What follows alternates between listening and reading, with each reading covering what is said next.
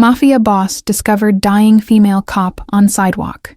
What she said next made him freeze. The smell hit him first.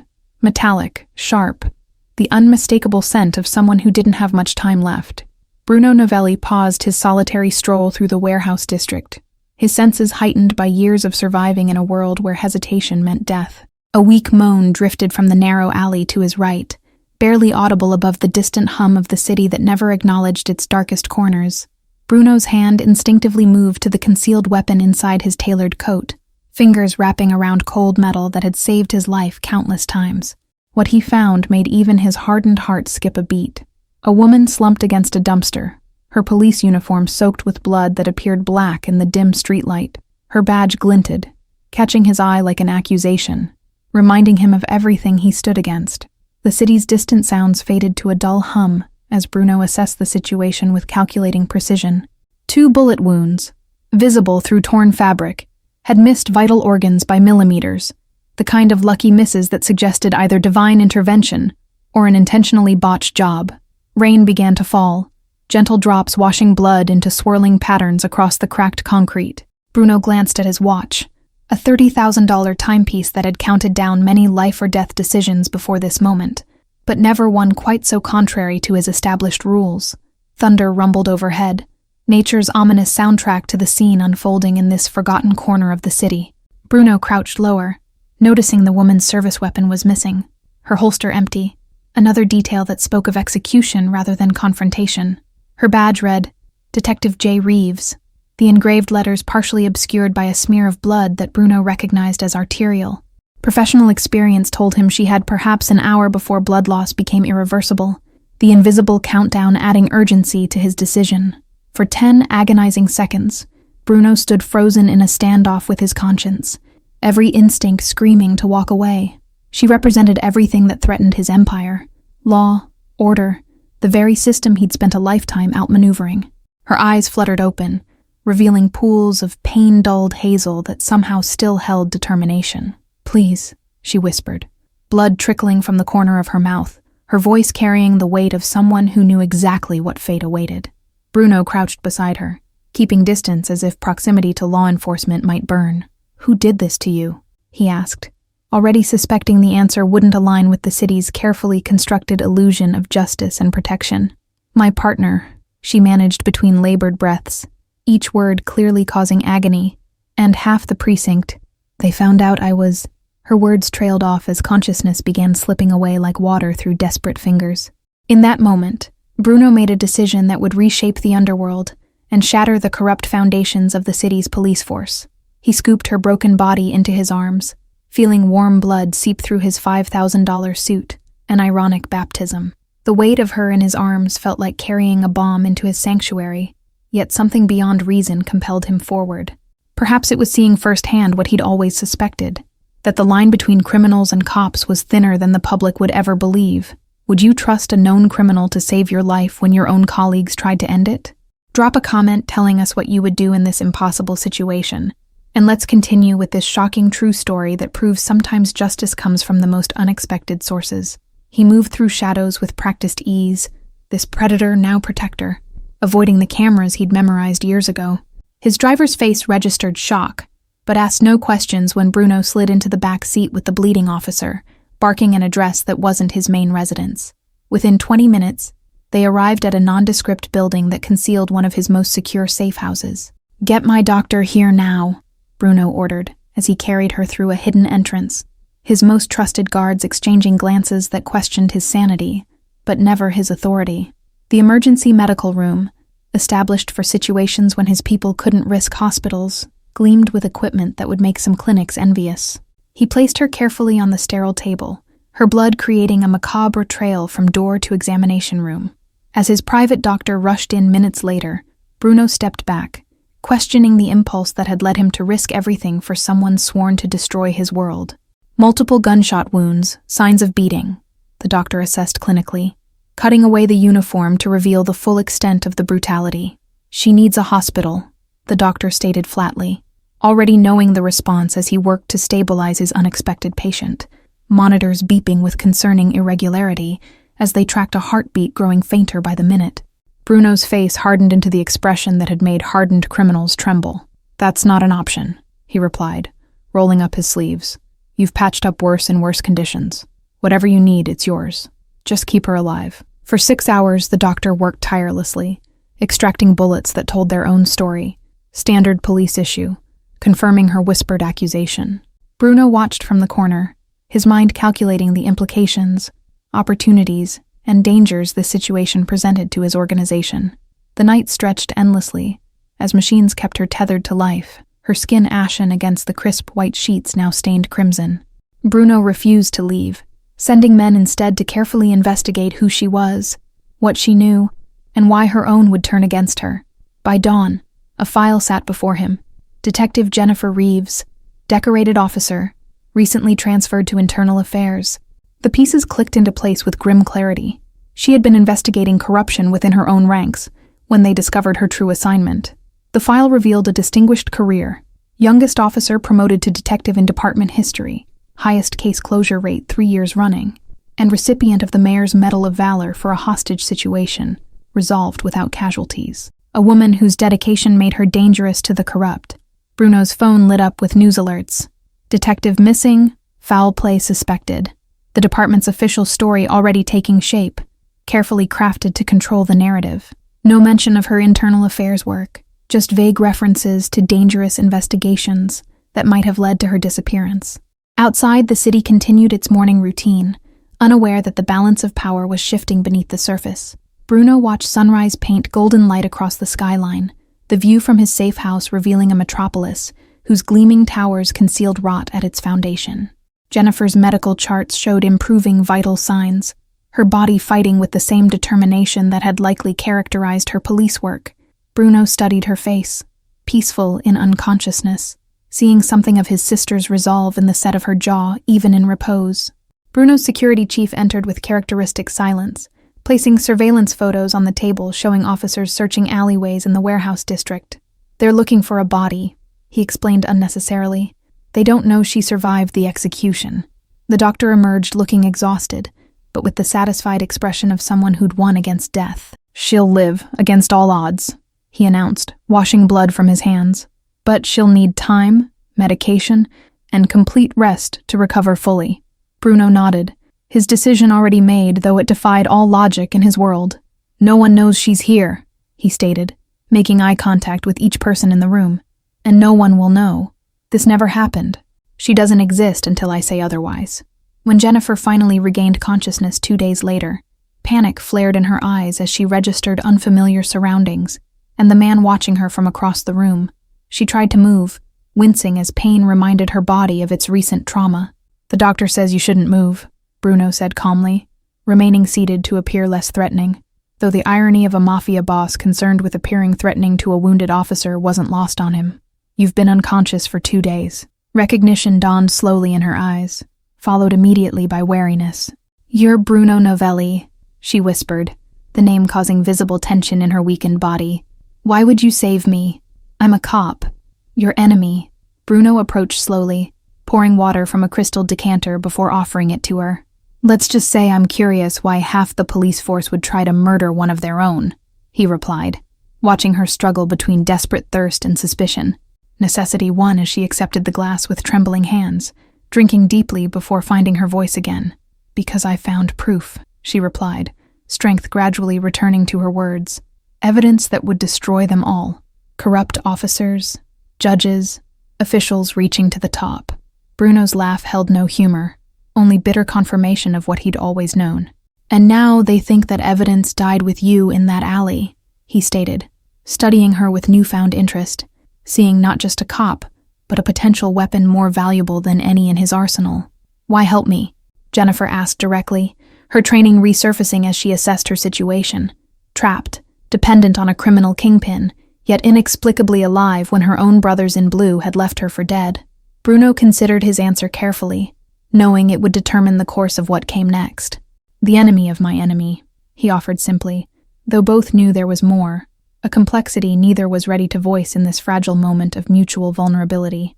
He placed her badge on the bedside table, cleaned of her blood, but still carrying the weight of betrayal. "Your partner, Detective Paul Winters," led the search for your body, Bruno explained, watching her face contort with pain deeper than physical wounds. 3 years as partners, Jennifer whispered, fingers reaching for the badge then pulling back as if it might burn. 3 years of having each other's backs while he waited for the perfect moment to put a bullet in mine.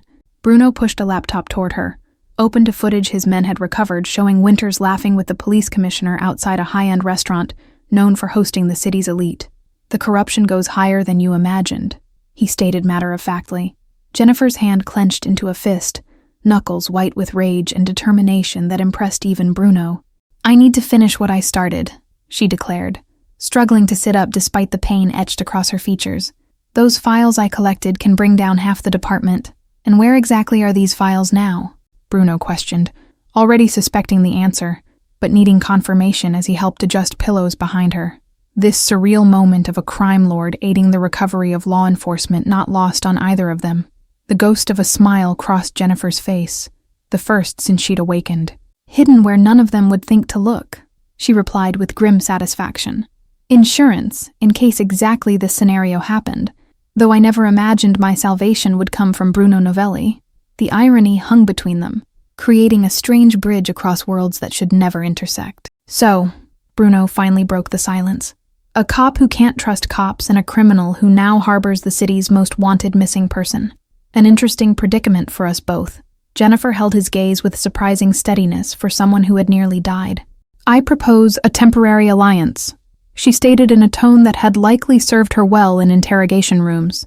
You want the corrupt officials off your back. I want justice. Our goals temporarily align. A ghost of a smile crossed Bruno's face, respect glimmering in eyes that rarely revealed his thoughts. They underestimated you twice. First your determination, then your resourcefulness in finding an unexpected ally. That kind of arrogance makes powerful men vulnerable. Jennifer attempted to sit up straighter, wincing as healing wounds protested the movement. My partner always said my greatest flaw was seeing the good in people, she admitted, irony lacing her words. Ironic that when he betrayed me, it was a man the law calls criminal who proved him wrong.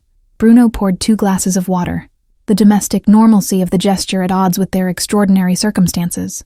Labels, cop, criminal, good, evil, they're convenient simplifications that rarely capture reality, he observed, offering her the glass like a peace offering. The weight of their proposed alliance hung between them. 2 people raised to stand on opposite sides of an uncrossable line, now contemplating not just crossing it, but erasing it entirely. Outside, rain began again. Nature's reminder that boundaries are more fluid than humanity pretends. Bruno raised an eyebrow, intrigued despite himself by her boldness. And after? When your evidence is delivered and the corrupt are exposed? Do we return to our respective corners of predator and prey? He challenged, needing to understand her endgame. First, we survive and succeed, Jennifer countered, pragmatism overriding the black and white worldview her career had instilled. Then we'll see what's left of either of our worlds when the dust settles. Deal. 2 weeks passed before Jennifer could move without assistance, each day strengthening not only her body but the unusual connection between criminal and cop. Bruno provided physical therapy equipment, security measures, and intelligence on police movements throughout the city. The wall of Bruno's safe house transformed into an intricate web of connections, photos, documents, and strings linking corrupt officers to judges, politicians, and business leaders. Jennifer worked tirelessly, her law enforcement training creating a case that could withstand scrutiny. Your partner, Winters, meets weekly with Judge Hartford at the Riverside Club, Bruno noted, placing surveillance photos on their makeshift investigation board. My men confirmed they're discussing case dismissals for certain connected individuals. Jennifer nodded grimly, pinning the new evidence alongside financial records showing suspicious deposits to both men's offshore accounts. Hartford signed the warrants that have failed to find sufficient evidence against your competitors while targeting your operations specifically. Bruno leaned against the table, analyzing the pattern with the strategic brilliance that had built his empire. They've created a perfect system, using law enforcement to eliminate competition while protecting their partners. Selective enforcement as a business model. The evidence wall grew more complex by the hour, red strings connecting seemingly unrelated incidents into a tapestry of corruption. Jennifer applied her investigative methodology to organizing their findings, creating categories that revealed the systematic nature of the abuse of power. Outside their secure location, the city continued its daily rhythms, citizens unaware of the shadow government operating within the structures meant to protect them. News reports celebrated drug busts and corruption investigations that, viewed through their new lens, were clearly strategic eliminations of rivals. Jennifer's police academy graduation photo sat on the corner of the table, a reminder of ideals that reality had failed to match. Bruno observed her glancing at it occasionally, not with regret, but with resolute determination to honor the oath she had taken, even if the institution had betrayed it. Bruno's network proved invaluable, providing access to information and locations Jennifer could never have reached through legal channels. His drivers transported her to surveillance points, his hackers accessed protected systems, and his contacts verified intelligence from multiple sources. Their first major breakthrough came from an unexpected source. A courthouse clerk who owed Bruno a favor produced sealed grand jury transcripts revealing the deliberate tanking of cases against prominent business figures connected to Commissioner Gregory Wallace. "Wallace is the key," Jennifer insisted, tapping his photo at the center of their conspiracy web. "Every corrupt thread leads back to him, but we need concrete evidence that will stand up in court, not just connections and theories." Bruno's phone buzzed with a message that made his expression darken. "Your funeral is tomorrow," he announced, showing her the public announcement. "Closed casket, of course, since they never found your body. The department is calling you a hero, while privately celebrating your elimination." Jennifer's face remained impressively neutral, though her eyes betrayed the hurt. "Perfect opportunity," she stated pragmatically, surprising Bruno with her resilience. "All the key players will be in one location. We could plant surveillance devices while they pretend to mourn." Before Bruno could respond, his security chief burst in with urgent news. "Police raid at the downtown warehouse, boss. They're hitting our main distribution center right now." Bruno's eyes narrowed, instantly connecting this unprecedented move to their investigation. "They're getting nervous," Jennifer analyzed, suddenly seeing the bigger picture. "Wallace must suspect I survived and is trying to draw you out, hitting your business to force a reaction that would expose your involvement or my location." Bruno's response showed why he controlled the city's underworld. He remained utterly calm, issuing precise orders to his network. "Let them take the warehouse. Minimal resistance, no casualties. Make it look like we were caught off guard." Across town, Detective Winters led the raid, his face twisted in frustrated rage as his team discovered only a fraction of what intelligence suggested would be present. The warehouse yielded enough to justify the operation, but nothing that would significantly damage Bruno's organization. The chess game escalated as Bruno and Jennifer monitored police communications, watching their opponents grow increasingly desperate. "They know I'm alive," Jennifer concluded, recognizing the pattern of searches concentrated near Bruno's known territories. That night, as security patrols doubled around the safe house, Bruno found Jennifer struggling to change her bandages, her face contorted in pain, yet refusing to ask for help. Something in her stubborn independence reminded him of himself, breaking down walls he'd built over decades. "Let me," he offered, taking the medical supplies from her trembling hands, their fingers brushing in a moment that lasted longer than either anticipated. The silence between them grew charged, as he carefully tended wounds inflicted by those sworn to protect her. Jennifer studied his face as he worked, seeing beyond the criminal facade to the man beneath, disciplined, intelligent, and possessing a personal code as rigid as her own, though oriented by different stars. "Why did you really save me that night?" she asked softly. Bruno's hands paused, the question penetrating defenses he rarely lowered. "My sister," he finally admitted, voice barely audible. "She was a prosecutor who discovered judicial corruption 5 years ago. They made her death look like a random mugging." The revelation shifted something fundamental between them. No longer simply allies of convenience, but two people connected by parallel losses, mirror images on opposite sides of a blurred line. Jennifer's hand covered his, offering comfort that would have seemed impossible weeks earlier.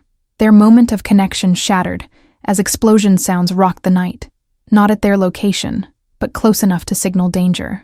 Bruno's phone lit up with urgent messages as security feeds showed 3 of his businesses across the city in flames. "Psychological warfare," Jennifer analyzed, as they watched the destruction through security cameras Bruno accessed remotely. "They're escalating, hoping to force a mistake. This kind of coordination requires resources only available to someone with Wallace's authority." Bruno's expression remained controlled, but Jennifer had learned to read the subtle tells of his anger. "These businesses were legitimate," he stated flatly. "Restaurants, a laundromat, a grocery store, places that employed people from neighborhoods where jobs are scarce. The community impact of Wallace's retaliatory strikes became evident as local news showed families gathering outside the destroyed businesses, their livelihoods suddenly collateral damage in a war they didn't know existed. Bruno made quiet calls ensuring they would receive compensation, revealing a side of himself few had witnessed. Jennifer studied maps of the targeted locations, identifying a strategic pattern invisible to casual observers. "They're isolating your support network," she noted, tracing the geographical distribution, "cutting off your connections to neighborhoods that give you information and protection."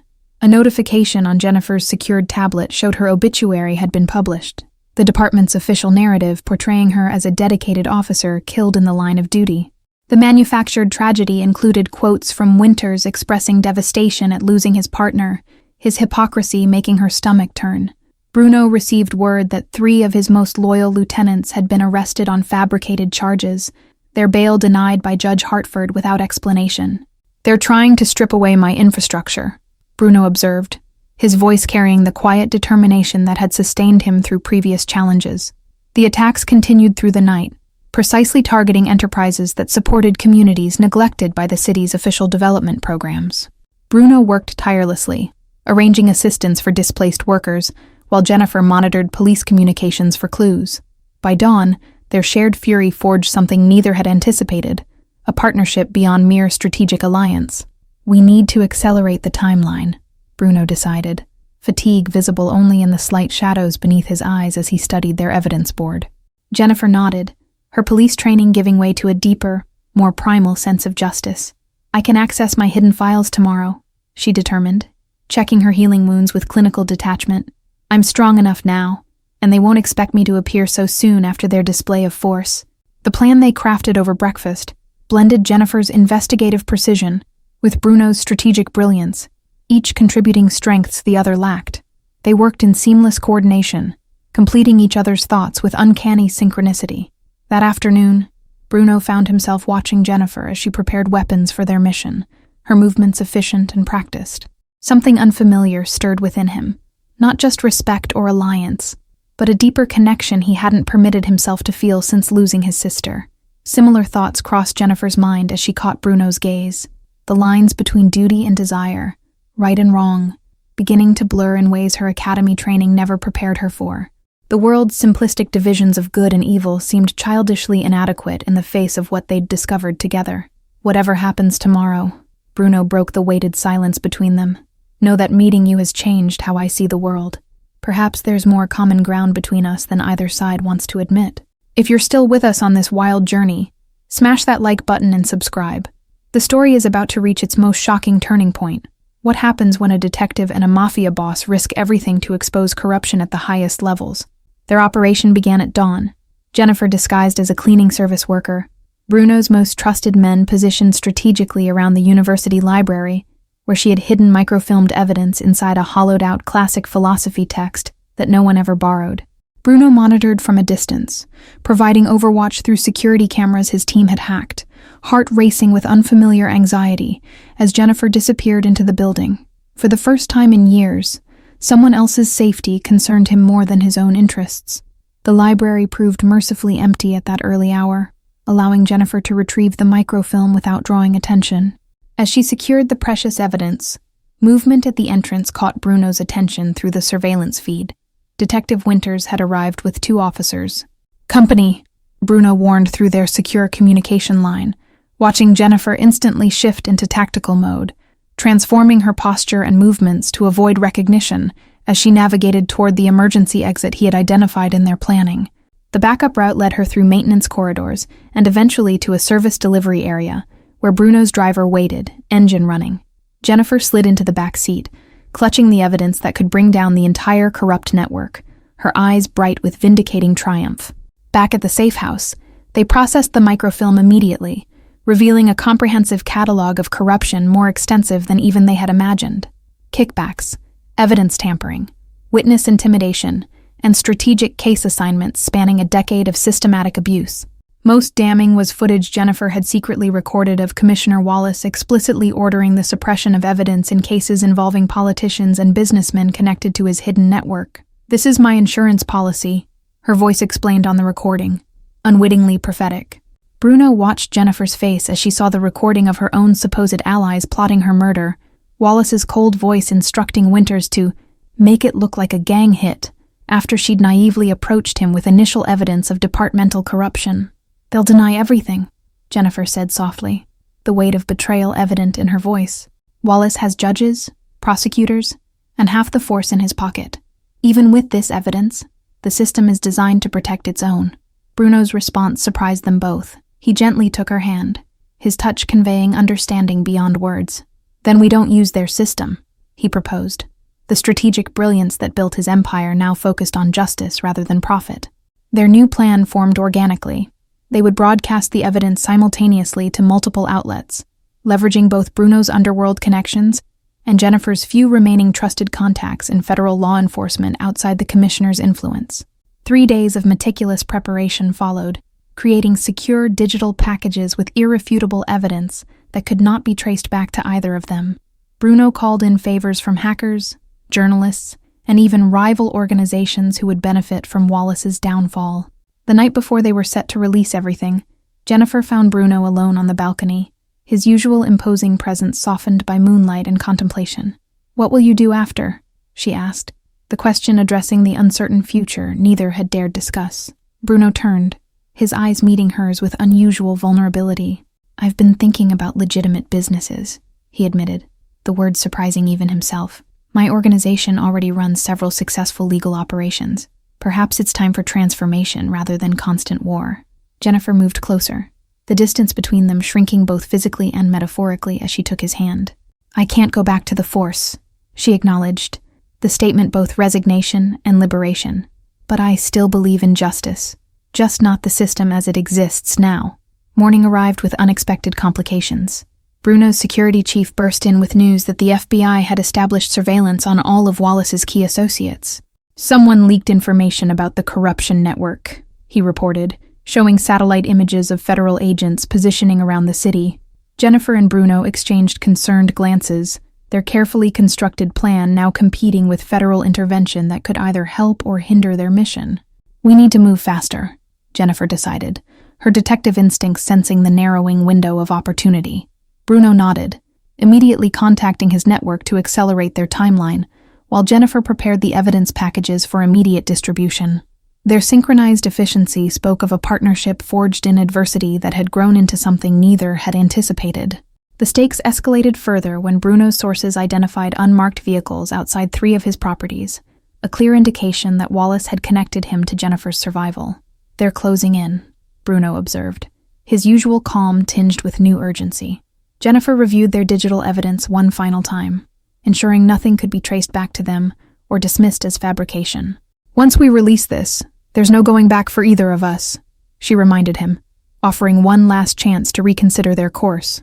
Bruno's response came without hesitation, his hand covering hers on the keyboard. "Some lines, once crossed, change everything," he stated simply, the weight of his decision evident in his eyes as they initiated the automated distribution sequence together. Within hours, every news outlet in the city received identical packages containing irrefutable evidence of corruption reaching the highest levels of law enforcement and city government. Social media platforms exploded with video clips showing Wallace and his network discussing illegal operations. The response was swift and chaotic. Wallace held an emergency press conference denouncing the evidence as fabricated by criminal elements, while behind the scenes, his network scrambled to destroy additional evidence and coordinate their denials. Bruno and Jennifer monitored the unfolding chaos from a secure location, watching as federal agents moved to secure potential evidence before Wallace's people could destroy it. The city seemed to hold its collective breath as decades of corruption were exposed to public scrutiny. What they hadn't anticipated was Wallace's desperate countermove, a citywide manhunt for Jennifer, now publicly accused of fabricating evidence and collaborating with organized crime to discredit honest public servants. Her police photo appeared on every screen, branded as a traitor. "He's trying to control the narrative," Jennifer analyzed, her years of training allowing her to remain analytical, despite seeing herself vilified by the very institution she had served faithfully. Classic misdirection. Make me the story instead of the corruption. The most shocking development came that evening. Bruno's sister's case was suddenly reopened, with Wallace publicly suggesting she had been killed due to her criminal connections rather than her anti-corruption efforts, effectively rewriting history to tarnish both their reputations. This personal attack crossed a line that strategy and planning couldn't have prepared Bruno for. Jennifer witnessed something few had seen, the controlled crime lord giving way to raw human grief and rage as his sister's memory was desecrated for political convenience. "We need to end this," Bruno stated with dangerous quietness, the kind that preceded his most decisive actions. Not just expose the corruption, but ensure Wallace and everyone involved face consequences they cannot escape through their rigged system. The plan they formulated that night went beyond evidence and exposure. They would personally confront Wallace with irrefutable proof in a situation where he could neither deny nor escape, forcing a confession that would destroy any attempt to control the narrative. Before we continue this incredible story, take a moment to hit subscribe if you haven't already. You won't want to miss how this shocking confrontation between a mafia boss, a detective, and the corrupt police commissioner changes everything. The opportunity came 3 days later, when Wallace scheduled a private fundraising event at the prestigious Harbor View Hotel. Bruno's connections provided security passes and staff uniforms, allowing them access to the restricted upper floors where Wallace had reserved the penthouse suite. Jennifer studied the hotel's floor plans, identifying optimal entry points and potential escape routes, while Bruno arranged for discreet backup positioned throughout the building. Their plan required perfect timing and the element of surprise to succeed. As evening fell, they entered the hotel separately, Jennifer disguised as catering staff, Bruno as a wealthy donor arriving for the exclusive event. They communicated through nearly imperceptible earpieces, coordinating their movements with military precision. The fundraiser buzzed with nervous energy, attendees aware of the corruption allegations but present nonetheless, demonstrating their allegiance to Wallace's power structure despite public scrutiny. Jennifer observed judges, business leaders, and senior officers mingling with practiced smiles that failed to reach their eyes. From across the room, she spotted Detective Winters engaged in tense conversation with Wallace, both men wearing the strained expressions of those feeling pressure from all sides. Jennifer fought the instinctive surge of betrayal, focusing instead on the mission that would bring them both to justice. Bruno navigated the crowd with natural authority, his years commanding respect, making him appear to belong among the city's elite. Carefully planted recording devices in flower arrangements and beneath tables would capture every incriminating word spoken throughout the evening. As the event reached its peak, Wallace excused himself, heading toward his private suite for what his schedule listed as an important call. This was the moment they had planned for, the brief window when he would be isolated from his security detail. Jennifer moved first, using service corridors to reach the suite before Wallace arrived. Bruno followed a separate path, timing his arrival to coincide perfectly with the commissioner's, creating the perception of a chance encounter in the hallway. Wallace's face registered first confusion, then shock, as Bruno introduced himself with cold politeness, effectively trapping the commissioner between himself and the suite where Jennifer waited. "Commissioner Wallace, I believe we have mutual interest to discuss," Bruno stated, his tone making clear this was not a request. Inside the suite, Wallace found himself facing the supposedly dead detective, his carefully constructed world crumbling as Jennifer played recordings of his own voice ordering her murder. "Your loyal attack dog Winters failed his assignment," she informed him with dangerous calm. "What do you want?" Wallace demanded, false bravado failing to mask the fear in his eyes as he realized both exits were blocked and his security detail remained downstairs, unaware of his predicament. "Money? Safe passage out of the country? Name your price." Bruno's laugh held no humor, only the cold certainty of someone whose patience had reached its limit. "This isn't a negotiation," he clarified, placing a phone on the table between them. "It's a confession. You're going to admit every crime, every corrupt deal, every murder, including my sister's." Wallace's refusal was predictable, as was his attempt to reach for the concealed weapon beneath his jacket. Jennifer disarmed him with practiced efficiency, the commissioner's expression changing from confidence to the dawning realization that his decades of manipulation had finally caught up with him. The next hour unfolded with methodical precision, as Bruno and Jennifer presented evidence piece by piece, building an inescapable case while recording Wallace's increasingly desperate responses. His eventual breakdown came not from physical intimidation, but the psychological pressure of confronting his own documented crimes. The confession they extracted proved even more valuable than anticipated.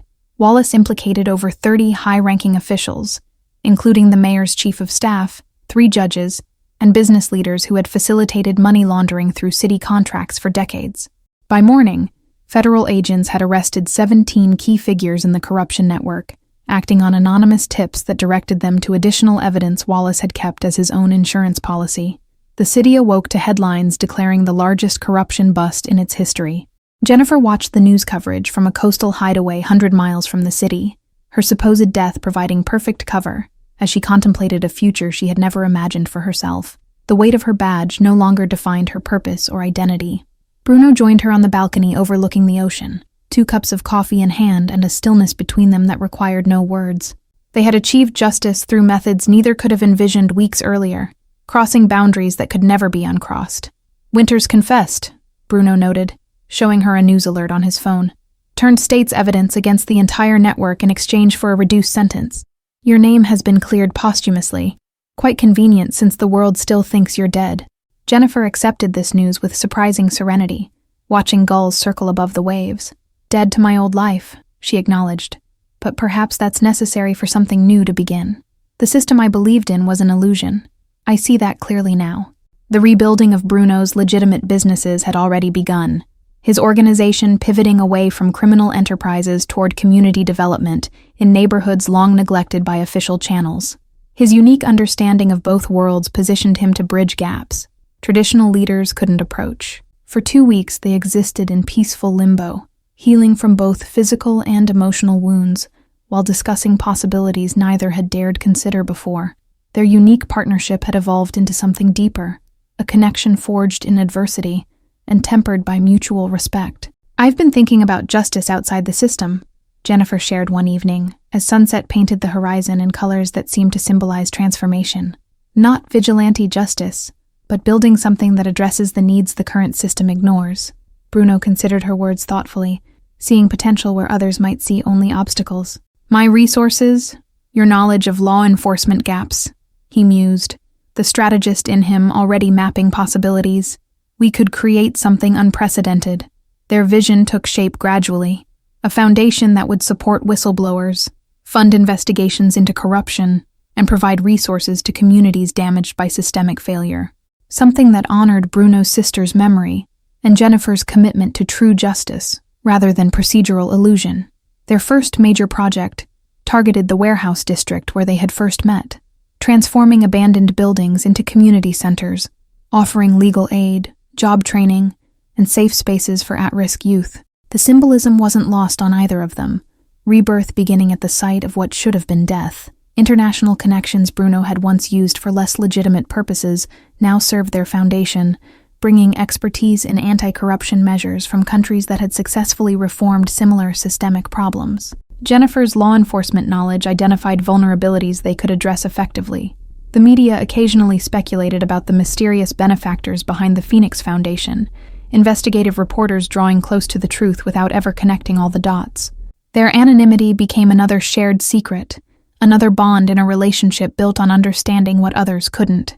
On rare occasions when their work brought them close to Jennifer's former colleagues, she watched from a distance, a ghost observing her past life. These moments always ended with Bruno's steady presence beside her, a silent reminder that what they had built together offered more meaningful justice than what she had left behind.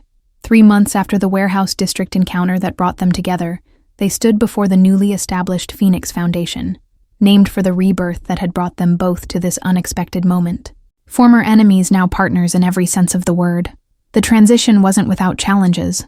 Bruno's past would always shadow them, and Jennifer's presumed death required maintaining careful distance from her former life. Yet together, they navigated these complexities with the same synchronized partnership that had toppled Wallace's empire.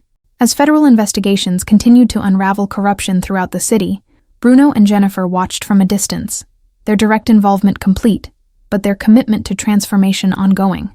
The seeds they had planted would continue growing long after the headlines faded. Their personal relationship evolved alongside their professional one, the barriers between cop and criminal dissolving as they recognized in each other what they truly were, 2 people committed to justice, willing to defy convention, and expectation to achieve something meaningful. Thank you all for following this incredible story. Let us know in the comments where you're watching from and what time it is there. Don't forget to smash that subscribe button, like, and share this video with everyone who appreciates stories about unexpected alliances and true justice. Your support makes it possible for us to continue bringing you these shocking real-life stories that challenge everything you thought you knew.